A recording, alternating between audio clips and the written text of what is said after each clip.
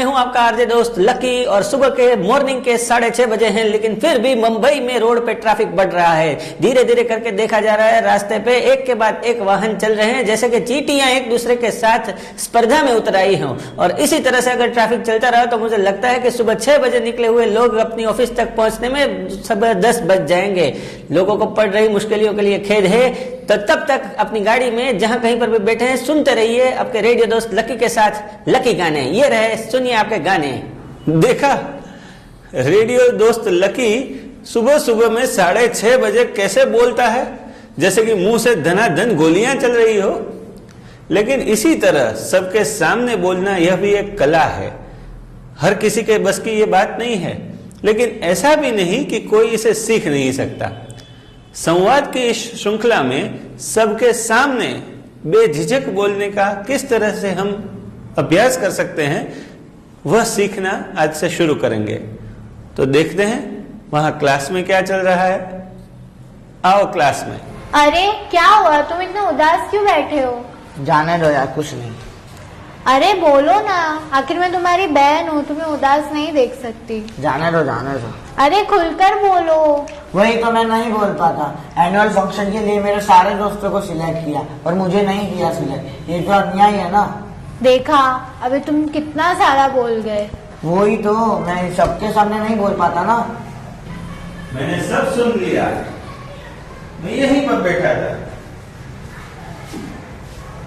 आपको सबके सामने बोलने में हिचकिचाहट होती है, हाँ, यही बात है। हाँ। आप में से कितनों को होती है, जरा हाथ ऊपर करके बताएंगे। मेरे बचपन में मेरे साथ भी ऐसा ही होता था। तो सर उसका क्या सॉल्यूशन है? बताता हूँ, सब बताता हूँ।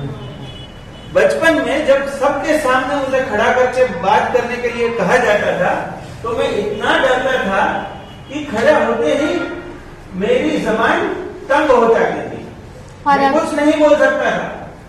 लेकिन धीरे धीरे मैं अपने डर को पहचान गया, और जैसे ही मैंने अपने डर को पहचान लिया मुझे उसका उपाय भी मिल गया, और वही जड़ी बूटी मैं आज आपको भी देने वाला हूँ।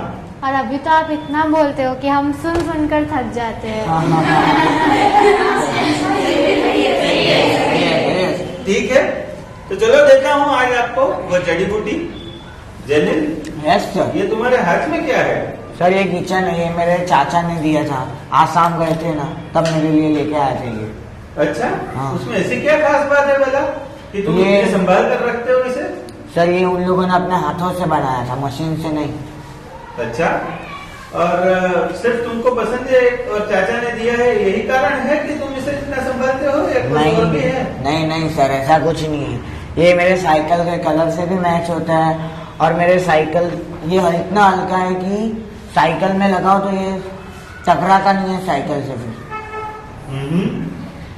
तो इतना कुछ तो आप बोल लेते हो, तो फिर दिक्कत क्या है आपको? सर वो सबके सामने नहीं बोल पाता ना। सबके सामने नहीं बोल पाते, लेकिन यहाँ पर तो आप सारे के सारे दोस्त ही हैं, सबके सामने बोलने में क्या हिचकिचाहट होती है? कोशिश करूंगा सर मैं आगे से। तो चलो अभी कोशिश कर लेते हैं। जरूर सर। ठीक है, तो अभी एक खेल खेलते हैं। हाँ। मुझे बताओ कि आपकी जेब में क्या है? इसमें इसकी जेब में से कुछ नहीं तो चॉकलेट तो जरूर निकलेगी। यस। चलो पहले देख तो लेते हैं क्या है आपकी जेब में। ठीक है सर। चलो चलो चलो, एक काम करते हैं। आपको सबके सामने बोलने में डर है ना, हाँ। उसे निकालने का एक तरीका ढूंढ लिया मैंने। अभी आप सबके सामने आ जाओ, लेकिन आप बोर्ड की तरफ अपनी नजर रखोगे। बोर्ड की तरफ? जी हाँ, आगे तो आइए।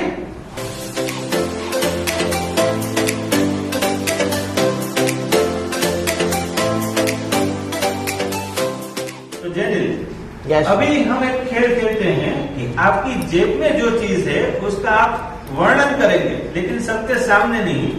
आप घूम जाएंगे और फिर वर्णन करेंगे। ठीक है? और आप सब लोगों को यह वर्णन सुनकर बताना है कि जेनिल की जेब में कौन सी चीज रखी हुई है।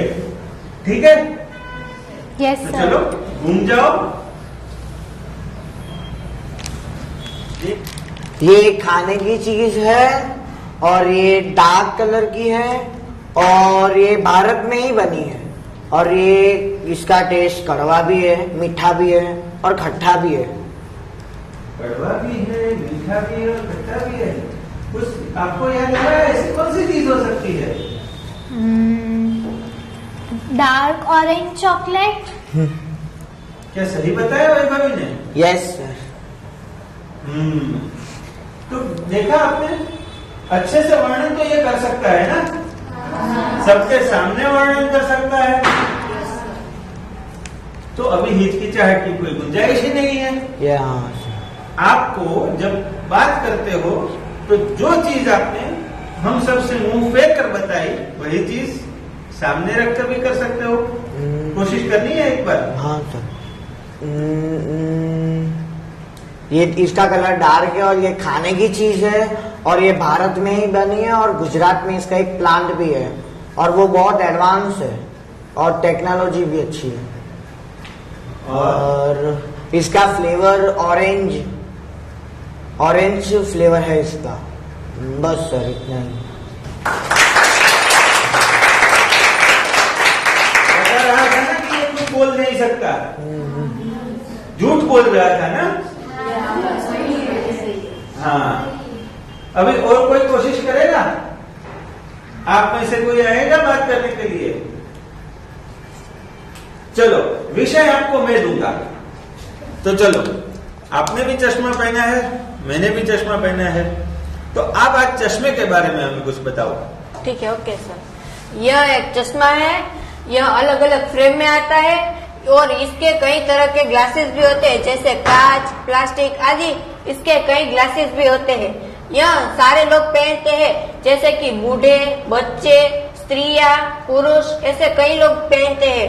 यह जब आंखों की बीमारियां होती है तब उसको ऐसा चश्मा पहनाया जाता है जिसमें हवा अंदर न जा सके। अरे वाह, बहुत बढ़िया। और एक चीज आप और भी बता सकते हैं, जैसे कि धूप में कई बार रंगीन ग्लासेस वाले भी चश्मे पहने जाते हैं, जिसको क्या कहते हैं हम लोग? सनग्लासेस या फिर गॉगल्स। हाँ, बहुत बढ़िया। आ जाइए आप, अभी आपकी बारी।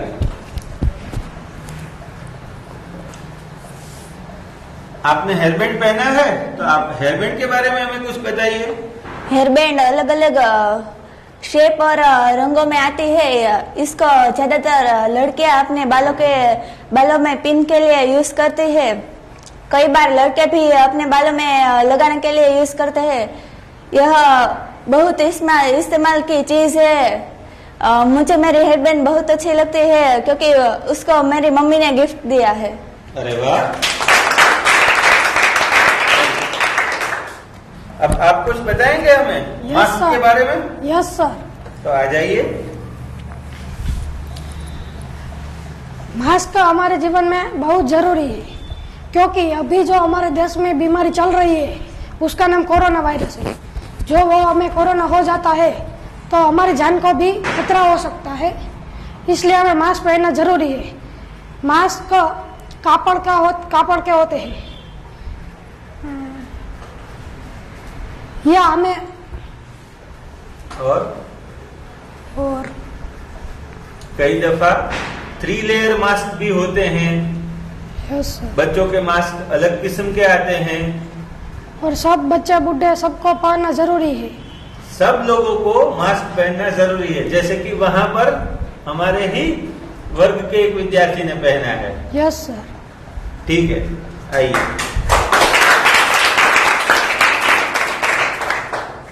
अब आप आएंगे। मैंने कल ही आपको नमकीन खाते हुए देखा था। मुझे लगता है आप नमकीन के बारे में हमें बहुत सी जानकारी दे सकते हैं। सही कहा सर, मैं नमकीन के बारे में आपको सब जानकारी दूंगा। तो बताइए। हम सबको नमकीन बहुत पसंद है, लेकिन वो नमकीन खाने से हमारी स्वास्थ्य का बहुत नुकसान होता है। नमकीन यहाँ नहीं, फैक्ट्री में बनकर आता है, फिर दुकानों में हम 5-10 रुपए देकर खरीदते हैं। नमकीन हमें खाने में बहुत मजा आता है क्योंकि उसमें मसाले आदि सब कुछ डाला होता है। नमकीन हमें जितनी मात्रा में खाना चाहिए कम खाना चाहिए, इसलिए हमारे स्वास्थ्य को भी तंदुरुस्त रहता है।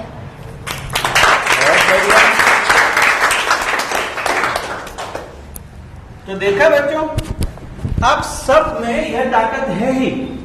आप सबके सामने खड़े होकर बात कर सकते हो, अपनी बातों को अपने नजरिए से सबके सामने रख सकते हो। लेकिन उसके लिए हम सबको जरूरत किस चीज की है? सबसे पहले हमारा निरीक्षण। हम अपने आसपास जो कुछ भी चीजें देखते हैं, उन चीजों को हमें बहुत ही सही ढंग से देखना शुरू करना चाहिए। जितनी चीजों का वर्णन हम उसके आधार पर कर सकते हैं, उतना ही वो हमारी विचारने की और बोलने की शक्ति को बढ़ावा देगा। तो जेनिल, हाँ यस अब तो सर। सबके सामने बोलने में कोई हिचकिचाहट नहीं होगी ना? नहीं सर, नहीं होगी। कोशिश करोगे? यस सर, जरूर करूंगा। हाँ सर, मैं भी कोशिश करूंगी। अरे वाह! और आप सब? बहुत बढ़िया। ज्यादातर सबके सामने बोलते वक्त हमें कुछ इस प्रकार के डर सताते हैं। अगर बोलने में झिझक हुई तो हमारी इमेज बुरी हो जाएगी। बोलते वक्त कुछ भूल गए तो बहुत बुरे दिखेंगे। अगर सुनने वाले को हमारी बात पसंद ना आए तो हमारा मजाक भी तो उड़ा सकते हैं। जिस विषय में बोलना है उसमें विचार ही स्पष्ट नहीं है तो बोलेंगे क्या? अगर एकदम से किसी ने कुछ पूछ लिया और हमें जवाब देना नहीं आया तो क्या करेंगे? आपको लगता होगा कि इस प्रकार के डर फिल्म स्टार को कहां लगते हैं। ऋतिक रोशन बचपन में हकलाते थे, फिर उन्होंने धीरे धीरे प्रवृत्तियां करके अपने डर को निकाला और देखिए कितना अच्छा बोलते हैं अब तो। और यह जानकर तो आप हैरान ही रह जाएंगे कि हमारे गांधी बापू भी लंबे समय तक सबके सामने बोलने से डरते थे, लेकिन उनको लगा कि उनका डर देश की आजादी के काम से ज्यादा बड़ा नहीं हो सकता, तो बस उन्होंने लोगों से मिलना शुरू किया, अपना अवलोकन बढ़ाया, अपने विचारों को और स्पष्ट किया और उसकी वजह से बन पाए एक ऐसे बोलने वाले व्यक्ति जिन्हें दुनिया कभी नहीं भूल सकती। हम भी हमारे डर को जीत सकते हैं अलग अलग प्रवृत्तियां करके। आप सबने पहले देखा कि जेनिल कितना डरा हुआ सा था, सहमा हुआ सा था। अपनी बात को सबके सामने रखते में वो झिझकता था, लेकिन जब जिस चीज की उसे जानकारी थी उसके बारे में उसको बोलने के लिए कहा गया तो वो अपने विचारों को लोगों के सामने धीरे धीरे रखता गया। शुरू में उसने अपनी पीठ दिखाकर अपनी बात को सबके सामने रखा और फिर जब वो मुड़ा और लोगों के सामने अपनी बात रखने की शुरुआत की तो धीरे धीरे अन्य लोगों को भी प्रोत्साहन मिला और वह भी खुलकर जेनिल की तरह आगे आए और अपना डर निकालने के लिए बिल्कुल से जुट गए। तो दोस्तों, आप भी ऐसे ही प्रवृत्तियां करके पब्लिक स्पीकिंग या फिर लोगों के सामने बोलने की आपकी क्षमता को बहुत ही बढ़ा सकते हैं। प्रवृत्तियां करते रहिए और अपने डर को धीरे धीरे करके निकालते रहिए। मिलते हैं अगले एपिसोड में, तब तक के लिए बाय बाय। Quiz time. अच्छे कम्युनिकेशन के लिए कौन सी 3 बातें हमने इस वीडियो में सीखी?